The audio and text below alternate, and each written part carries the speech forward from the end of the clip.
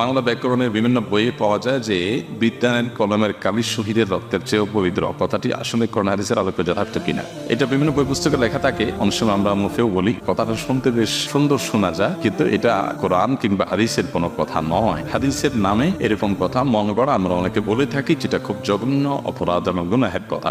রক্তের পবিত্রতা অপবিত্রতা, অর্থাৎ রক্তের মর্যাদা বেশি বা কম হওয়া, এটা তো আল্লাহ তাআলার ইলমে আছে। এটা তো আমরা নিরূপণ করতে পারি না যে কার কোন রক্তের মর্যাদা আল্লাহর কাছে বেশি বা কম। তো আল্লাহ তাআলা যদি এরকম কোনো কথা না বলেন, তার রাসূল সাল্লাল্লাহু আলাইহি ওয়াসাল্লাম থেকে যদি এরকম কোনো কথা বর্ণিত না হয়, তাহলে নিজের মন গড়া এরকম কথা বললে সেটা গুনাহ হবে। অবশ্যই জ্ঞান অর্জন করার ব্যাপারে ইসলাম আমাদেরকে উৎসাহিত করেছে। ইসলাম তো সেই ধর্ম যে ধর্মের প্রথম নির্দেশই হলো যে পড়ো। অতএব জ্ঞানের জন্য গুরুত্ব নিয়ে আমাদেরকে কোনো জাল হাদিসের, কোনো ভুয়া হাদিসের, ভিত্তিহীন নবীর নামে মিথ্যা কথা বলার কোনো প্রয়োজন নাই।